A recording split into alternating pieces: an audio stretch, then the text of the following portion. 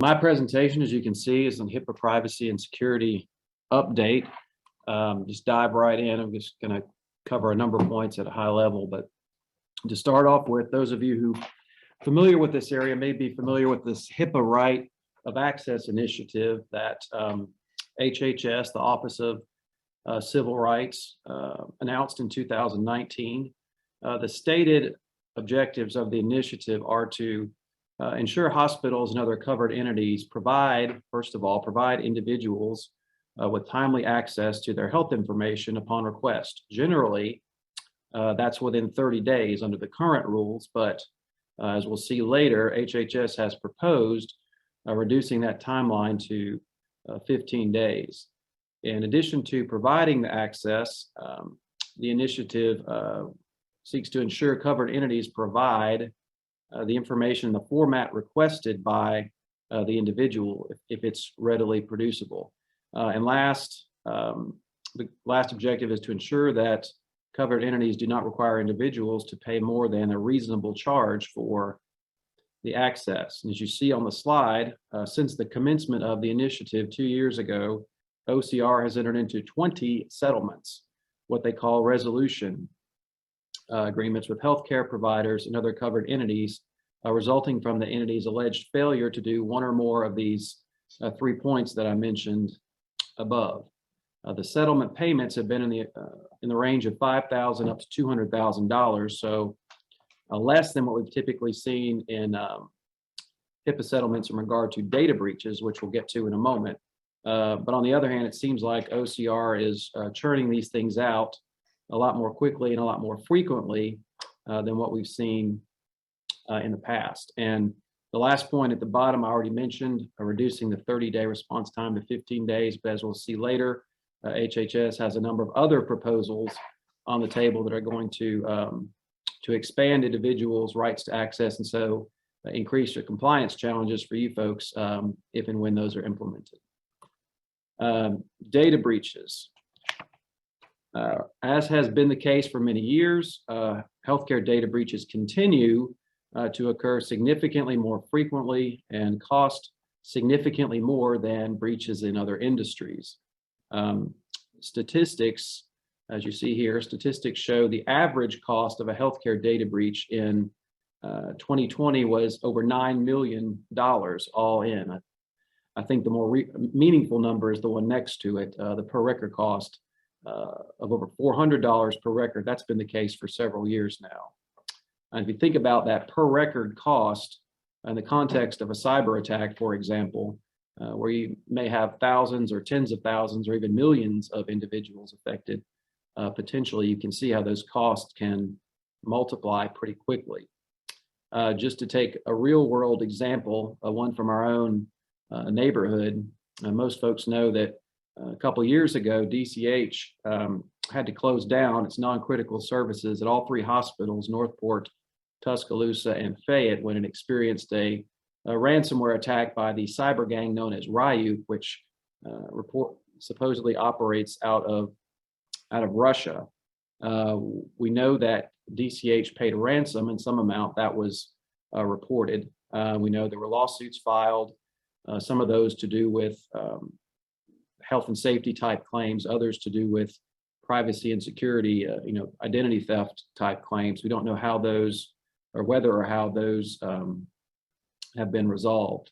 Likewise, we don't know yet whether any enforcement actions have been or will be initiated by OCR or any other agencies in regard to that breach.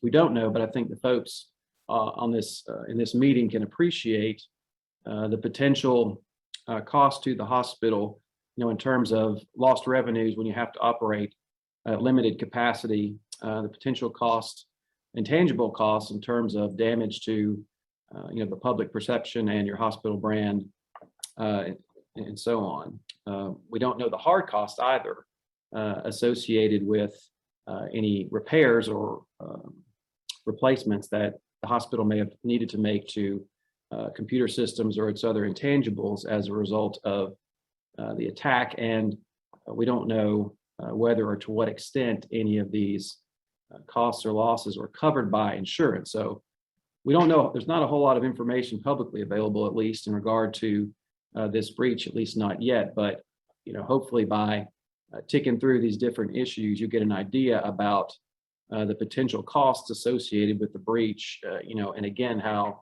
those costs could easily get out of control, at least in the wrong circumstances. Last point at the bottom, even as we sit here today in 2021, still, even though technology and expertise are certainly vital and more vital now than ever, still, more often than not, the reason these attacks succeed is because of good old-fashioned human error.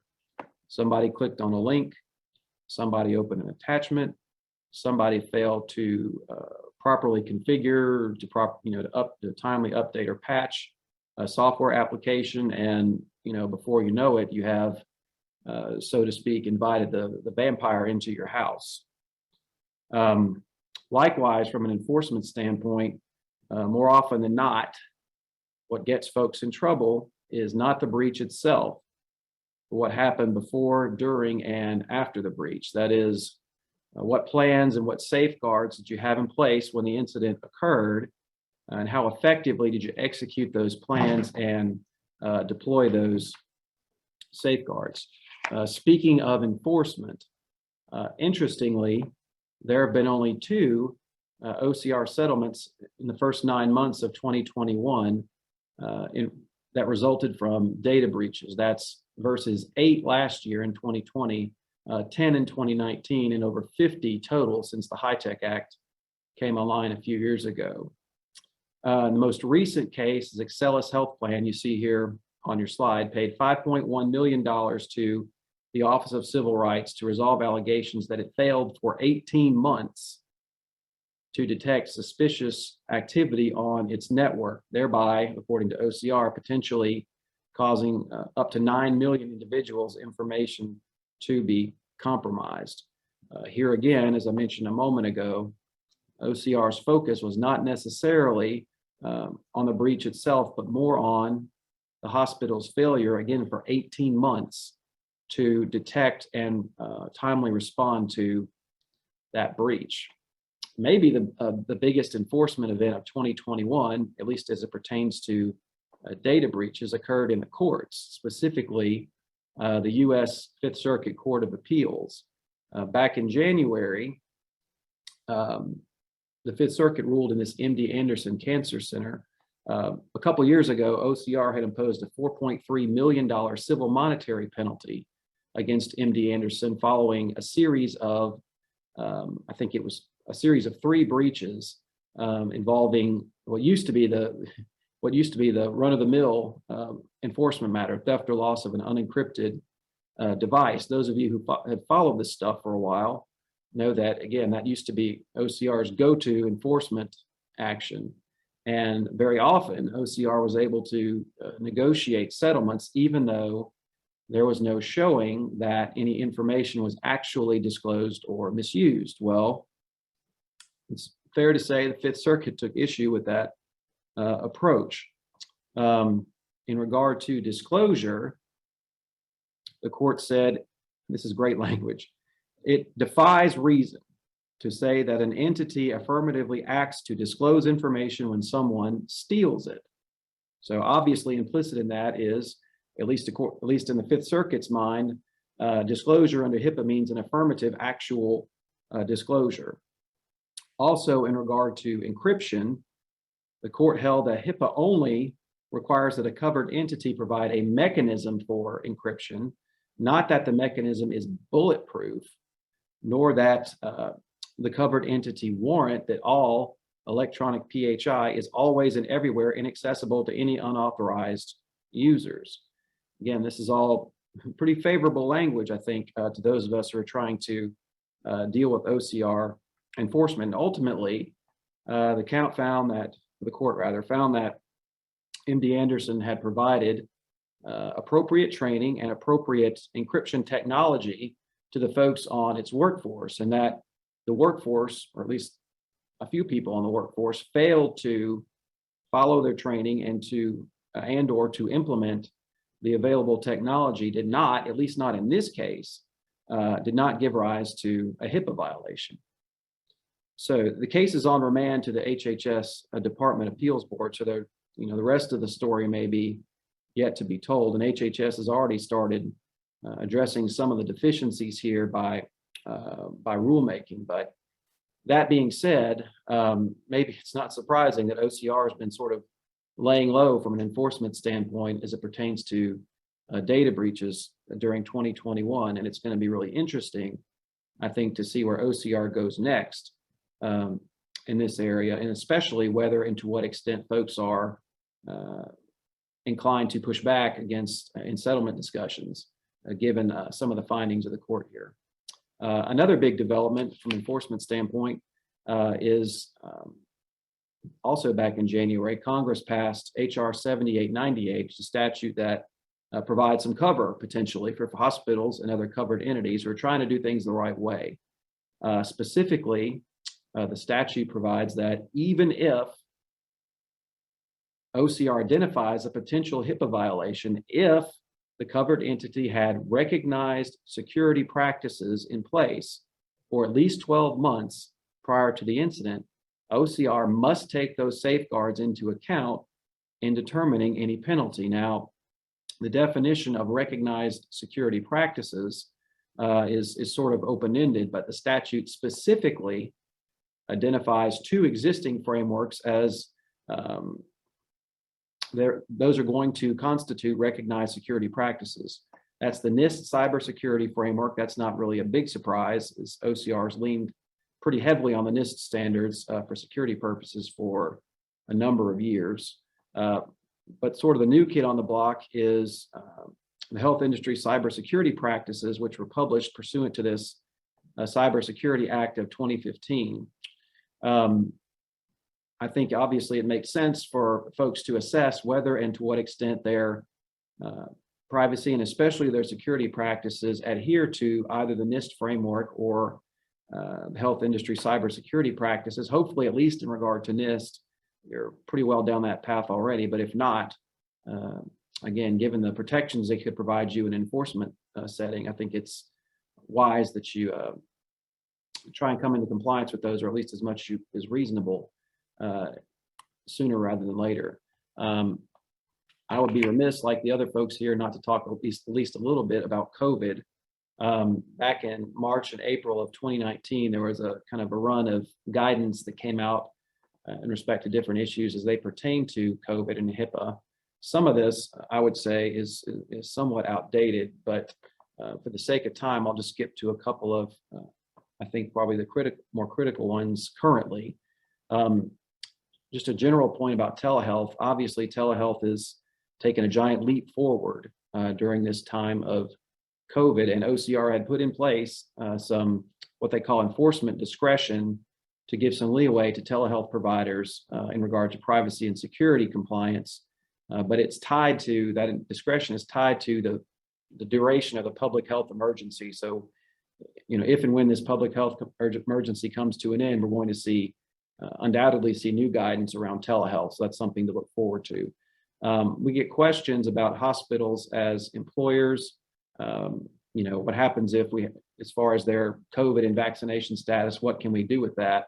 The default rule with HIPAA has always been, if you're a healthcare provider to your employee, you treat the employee similarly to what you would do with any other individual, which is to say you need to get authorization before you disclose any information, generally speaking. That being said, in the times that we're in, again, I think the first step is to try to get authorization. If you can't, and there's a bona fide health and safety issue as it pertains to your other employees, other folks in the hospital, I think there's a case to be made for a reasonable minimum necessary type disclosure, but I would certainly proceed with caution and ideally in coordination with your legal counsel.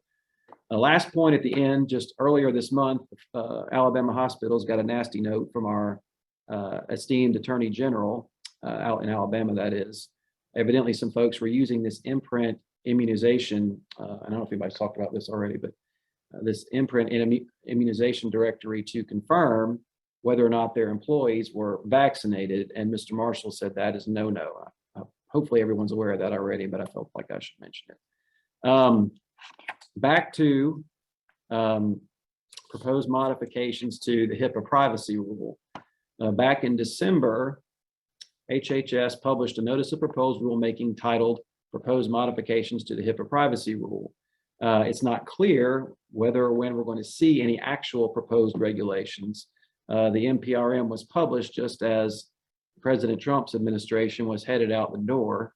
And it's not clear yet whether or to what extent this is going to be a priority for President Biden's administration. But also evidently, HHS has received a boatload of comments in regard to these proposals. And I also think the MD Anderson decision that I mentioned earlier is going to be baked into whatever comes next.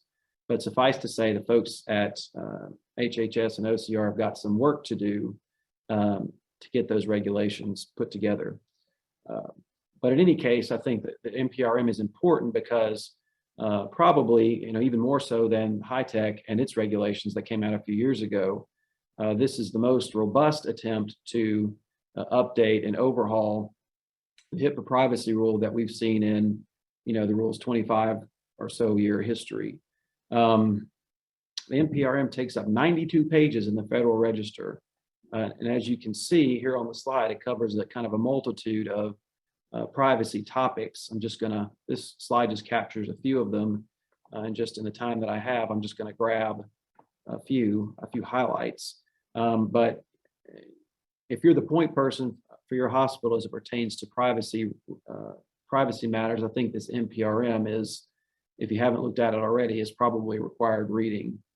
Again, just a few highlights. The second bullet I mentioned already, the time to respond to an individual's request for access to their health information would be reduced from 30 to 15 days, more specifically, as soon as reasonably practicable, but in no event more than 15 days. So, given the state of technology and so on today relative to 1996, I think this is probably to be expected. Agencies are expecting folks to respond in a manner that's, commensurate with that. Third slide, in addition to providing access, you need to provide individuals with the opportunity to take notes, make video or photo copies of their personal information. So, you're going to have to think about how to do that in a way that doesn't bump up against any other privacy and security issues. The fourth bullet is a typo there, but what it's supposed to say is no unreasonable measures in order to obtain access. So I think that the proposal would require that folks be able to make a request for their information in paper or online by electronically. It's either or, not, it's and, not both. May or may not be able to require a notarized request anymore. Also may not be able to insist on in-person verification if, reasonable electronic means are available. Those are just a few examples of what HHS would consider unreasonable measures for obtaining and verifying identification and so on. The SIOX decision that some folks may be familiar with, DC, I think early in 2020, took issue with some of what are called third-party directives and the costs associated with those. Third-party directive is when, under the HITECH Act, covered entities now have to comply with an individual's request to not only provide them with access to the information, but also to transmit electronically patient information to a third party. There was some dispute about the costs involved with that and what could be recovered that the SIOX case took issue with. The proposed rule would affirm that what they call the patient rate, which is a reasonable cost-based fee, would apply not only to an individual's request for their own access, but also to those third-party directives. The proposal would also require hospitals and other covered entities to make a request on behalf of an individual to another healthcare provider to get the individual's personal information if there's a clear, conspicuous, and unambiguous request. The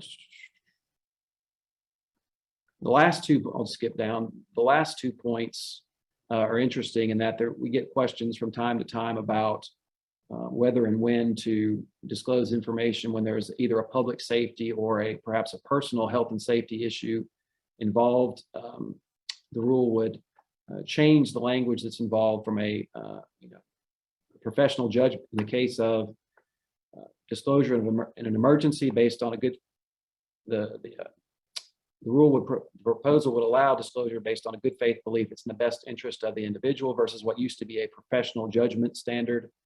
Folks were not really sure about what that meant and what that entailed. The proposal would replace that with a good faith belief standard. Likewise, if there's a disclosure to, if there's a threat to health and safety, again, the proposal would insert a good faith belief standard that the potential harm is serious and reasonably foreseeable versus serious and imminent. So again, if you're in a situation where there's an emergency or some type of threat to health and safety that's involved, there's a little bit more leniency in those disclosures. So that's something to keep an eye on. There would be, I should say, a little bit more leniency in those disclosures. But again, that's something to track as these proposed regulations come online. That's probably a good stopping point for me. Let me click.